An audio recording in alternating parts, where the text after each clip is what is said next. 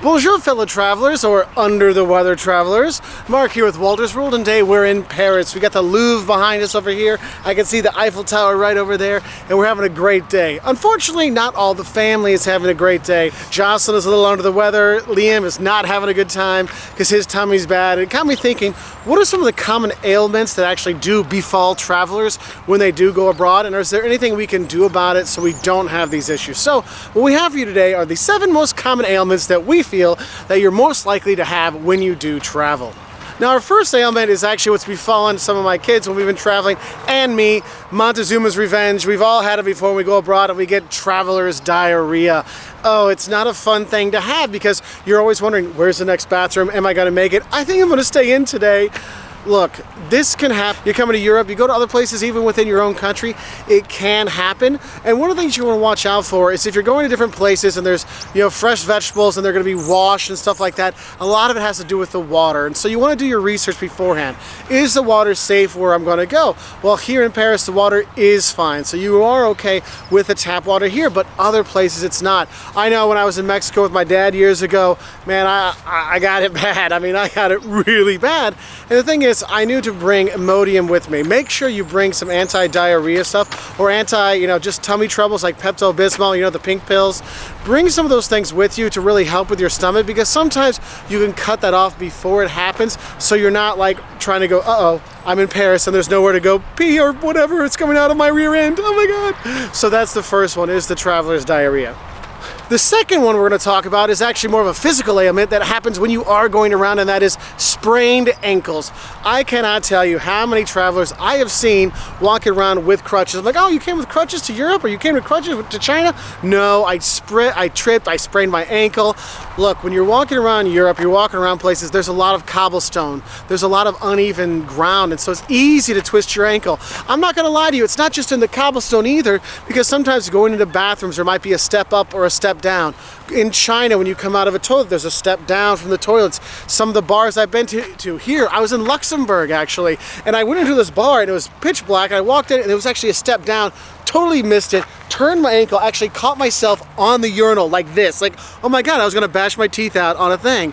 My ankle swelled this big. Literally, for the next week, I was just like hopping around on one leg. And spraining your ankle or breaking your ankle is kind of a common theme. If you're going on bike tours, make sure you're paying attention when you're riding that bike around. If you're going hiking or you're going to be doing a lot of walking, buy the right kind of shoes so when you are going, you're not going to have problems. Flip-flops on a bike ride, not a good idea.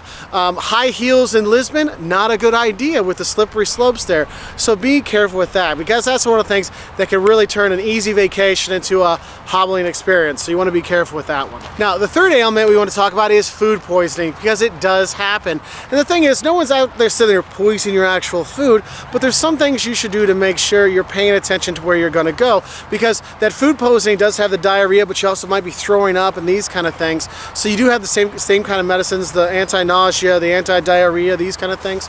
But one thing I would say is, if you're going to be going to tourist places and these kind of things, make sure you pay attention. How do you feel about that restaurant? Do you think they're cooking it well? Is it it's a touristy place? Because the thing is, I know with with Caleb, last year we were in Venice, and Caleb, he loves his octopus, okay? And we were in Venice, and Venice has got a lot of tourist places that kind of aren't really great Italian, but they're tourist places. They notice the tourist comes and they're not coming back, and they gave him seafood, and he loves his octopus, he loves his scallops, and he had that, but unfortunately it was like 4 o'clock in the afternoon. So probably that seafood had been sitting out on the display most of the day. He got it bad. I mean, he was throwing up, and you know what? And he was actually throwing so much it was coming out of his nose. He and Jocelyn actually had to stay in Vicenza for a couple extra days just to, get him so he could actually travel, because he could not go anywhere because the food poisoning was so bad. Now, the fourth thing you might look at, and I've seen a lot, is strep throat or sore throat and cough and these kind of things. If you do have that, you know what? Stay in for the day, because you don't want to exacerbate the problems. If it's getting really bad and you're coughing up stuff and things like that, it's okay to check out one of the clinics here or go to the pharmacy. And actually, for any of these things, you can go to the pharmacy. They'll sell you the sleeves for your ankle. I've had to do that before with many times I sprained my ankles. and you can go there and they'll give you sprays or drops for your throat. But also the pharmacists here have a little bit more, I guess, leeway in what they give and what they can recommend than I feel in the US. And so the pharmacists here can say, oh, well, if you have this ailment, why not try this? I mean, I've had it where we've gone in with friends and they've got hives up their body because they had an allergic reaction.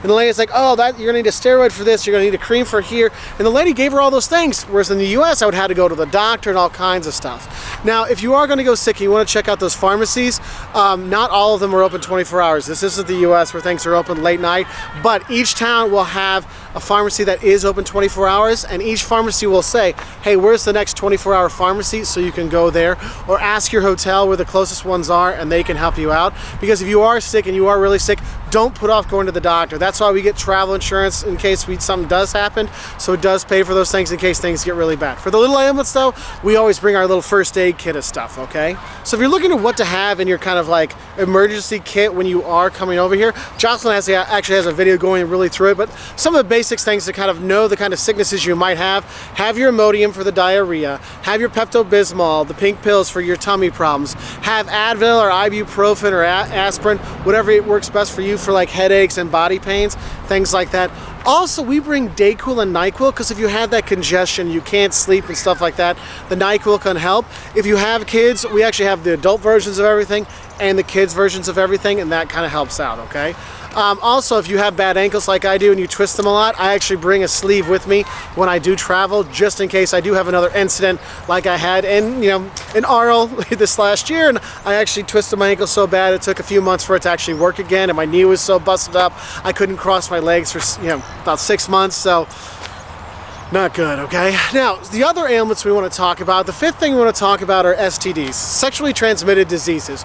Look, when you're traveling, it's not like gonorrhea and herpes and AIDS don't travel with you and aren't in these other countries. Make sure if you are going to be sexually active when you are traveling, bring protection. Have your condoms, have your dental dams, or whatever it is you want to use. Make sure you have those things because, oh, that guy seemed like a nice gondolier.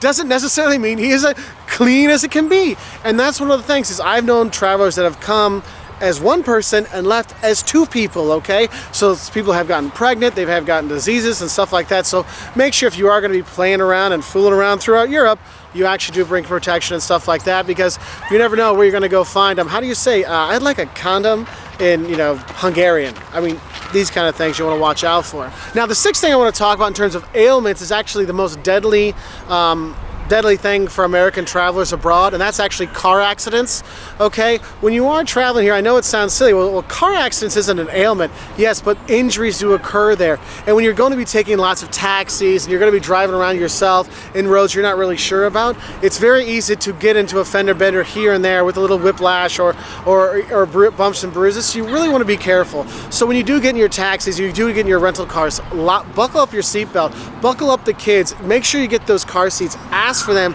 so they do use them because that is the deadliest thing that happens to American travelers is car accidents. So you want to be really careful with that. And the thing is, sometimes you'll bump into taxi drivers and you'll put your seatbelt on. I did this a lot when I lived in Lithuania, and they would say, look, wait, you don't trust me? You don't trust my driving? I'm like, dude, it's not you. I don't trust anybody else. So make sure you are having your seatbelt on and your protection. It kind of goes with the STDs, protection there, but also with your seatbelts and also your helmets. If you're going to be doing your Segway tours or renting your Vespa in Italy, make sure you do have your helmets and those kind of things because that protection will make a difference because it is the biggest killer of American tourists is car accidents, okay? So be careful with that. And the last thing I want to talk about in terms of ailments are kind of like some really serious ailments that can really kill you. I mean, I know car accidents can, but like serious ailments. When you look at malaria, dengue fever, yellow fever, anywhere you're going to go and you know that they recommend vaccines, don't just say they recommend it. Go get them done. Okay, if you're going to go to Pantanal in Brazil, get your yellow fever vaccine. You're most likely not going to get it, but why take the chances? You're going to go to sub-Saharan Africa. Maybe you want to worry about malaria. Get the pills, so you're taking the pills before you go, while you're there, and when you come back to make sure you're okay. Because there are some really serious diseases out there that you can get when you are traveling different places, Zika virus and all these kind of things. You want to be really careful about. So do your research beforehand. Are there any diseases out there I should be worrying about? Is there anything I should be, kind of prevalent is more prevalent? Should I put off a vacation for different times of the year? Because it can be very serious with these diseases. Now, most travelers never get any of these things. Most of these travelers, the worst thing that actually happens is actually your, diarrhea kind of stuff. But the thing is, you got to be careful with this stuff, and we want to make sure you're healthy so you can enjoy beautiful places like here in Paris and all over the world. So anyway, I hope that helped know some of the more common ailments that strike travelers when they do go abroad. If you have some home remedies or some other ailments you should be ready for, please put in the comment section below so we can have some more comments and tips. Anyway, I'll see you later. A friend of mine is actually just coming up, so I want to say hi to them. So I'll see you later, and au revoir from Paris, and I hope you feel better. Bye.